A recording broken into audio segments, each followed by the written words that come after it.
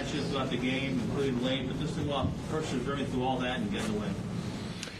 Yeah, I think that I just told the guys in the locker room that there was probably at the top was just fighting hard, continuing to battle and rebounding pretty well. You know, and that stuff still goes like a long way in this league. Just hanging in there and battling.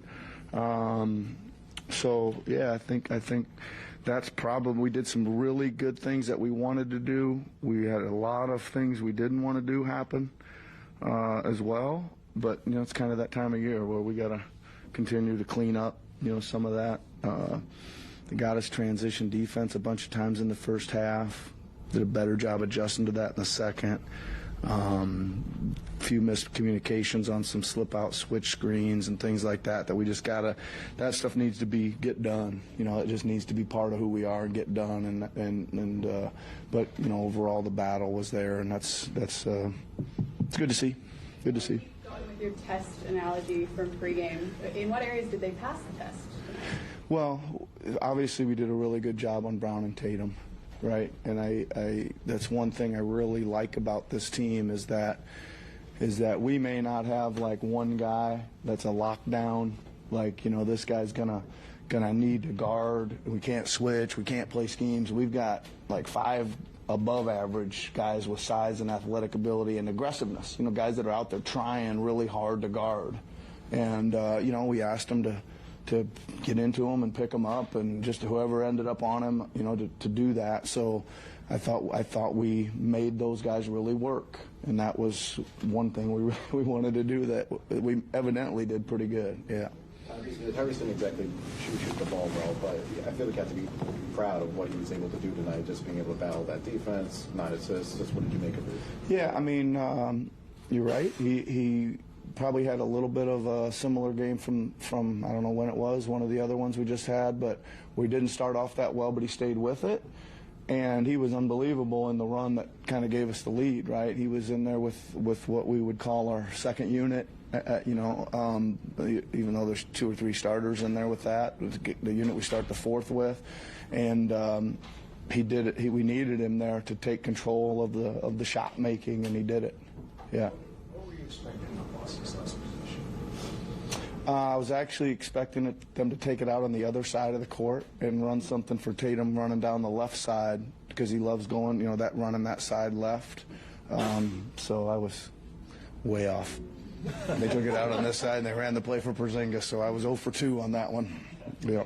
Kelly was in your starting lineup, didn't have any fouls, didn't really play down the stretch at all in the fourth quarter. What were you seeing there that you thought should go the other way? Yeah, I just thought that, yeah, there's probably a couple of them there. I thought Kelly was playing okay. I just really liked what Batum was giving us from a communication defensive standpoint. He was really making the right switches and covering up really good and things like that. So that was kind of my thought, you know, there. I just wanted to try to prevent them with a barrage of threes at the end. We didn't do very good there, but that's what the thinking was. Nick, how do you think Joel coped defensively with, you know, having to do a lot of running back and forth between the three-point line and then?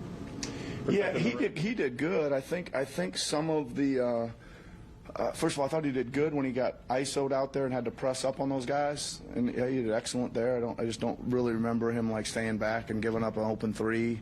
Or getting just blown by, right? So he guarded some of that good. Some of those pick and pop threes were miscommunications that weren't on him.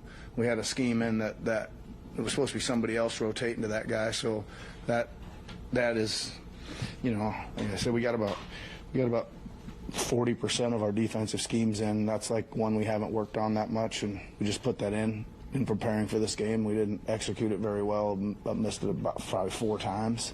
And it wasn't just we need the reps and we need to see it on film. We need to go back to practice, and then hopefully we can take it to our next game and put that in as our, you know, we're like not even at 50% of our defensive schemes that are in right now.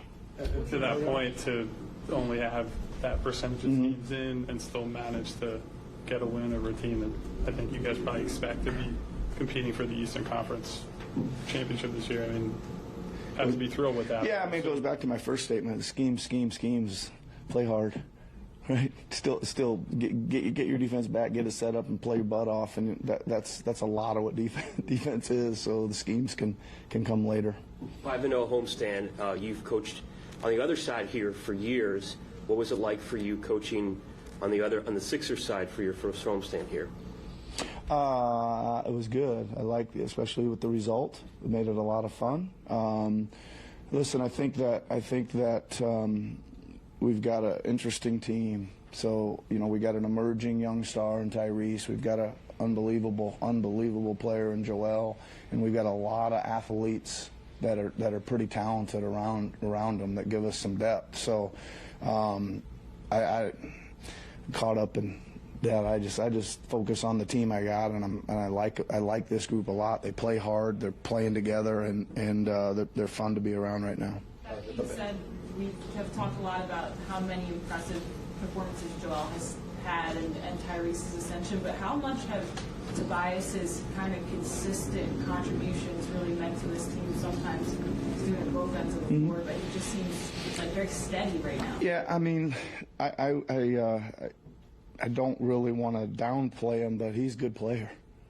He's a good player, man. He should be doing this. I'm not taking it for granted, trust me, but he can score the ball on the open floor. He can back people in and score the ball. He can shoot the three.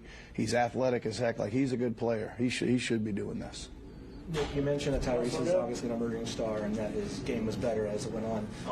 How did you feel about the way that he kind of managed the game as a point guard as the second half went on? Pretty good. I thought he did some really good things. Again, I think there's a real, in that area in particular, there's a lot of room for growth with him, right? But he did pretty good. Yeah. Nick, just real quick, I wanted to ask you about the bench unit, just the lift that they gave you, Patrick Beverly. It kind of seemed like he changed the game defensively he was in. Yeah, I mean, I think that Batum obviously is probably kind of a starter, big minute off the bench guy. The guys like Pat and Cove and Paul, a couple others like they're going in there to give you some rough, tough, hard play. And that's their role, and they really excel at it. Thanks, Coach. Yep. Thanks, guys. Yep. Thanks.